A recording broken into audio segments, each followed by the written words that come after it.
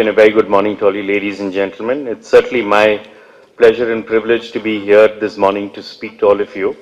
I think when Kumar and RAI decided on having smaller meets in various parts of the country as opposed to having one single meet in Mumbai where all of you all can't come.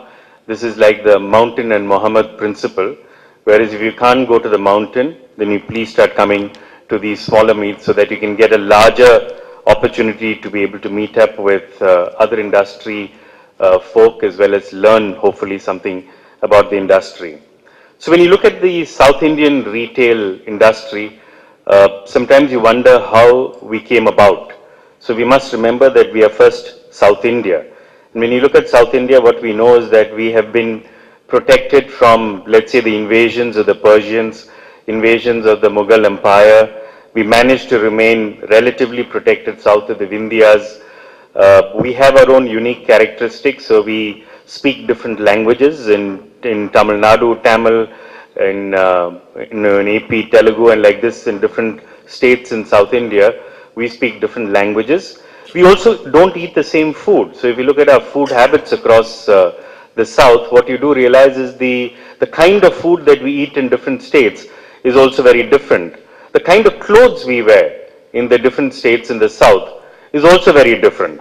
So when you look at the south, it's not like most other regions of India. It's not like the north or the east and the west. West to some extent is a little more diverse than the north and the east. The south is very diverse. So anybody who is in the retail business in the south, which we know is important to understand consumers, know that the diversity in this part of, can we have the lights on if you don't mind?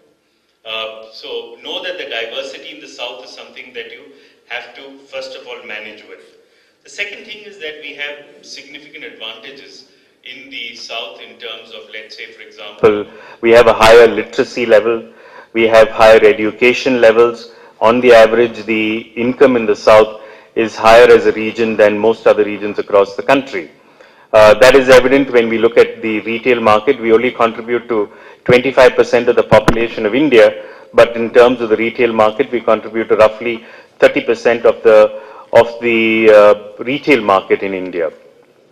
The second thing that we need to remember is that the south is where modern retail actually was born.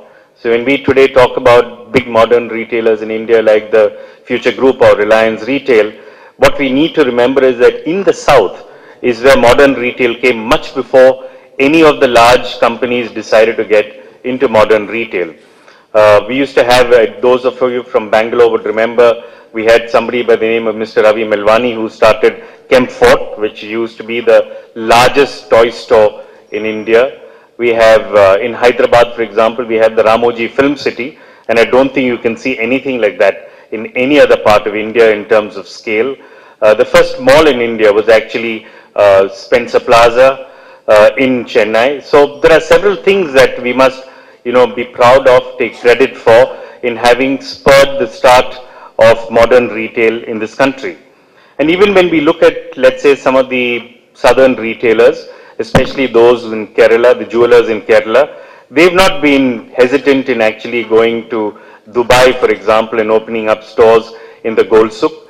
There have been retailers in Madurai and especially South Tamil Nadu, because of old trading links with, let's say, Malaysia and Singapore, have not hesitated in actually going to those countries and expanding the retail network. The third is that, Southerners, I think, traditionally are seen as being risk averse. But then on the other hand, if you look at some of the southern retailers, you will find that they are not at all risk averse. They are the type who will be willing to put up very, very large stores. And I think it's very evident when you look at, let's say, Chennai, or if you look at the textile showrooms in Chennai, if you look at the jewelry showrooms in Kerala, it will be, it won't surprise you to see stores of that size, 40,000, 50,000 square feet, which actually just sell one category of products. It's not even that it is a department store or a hypermarket. The quantum of stock that they hold with them, the amount of money that they spend on advertising. So if you're driving in from, let's say, Salem to Coimbatore, and if you look at all the outdoor which you see there, it's all retail.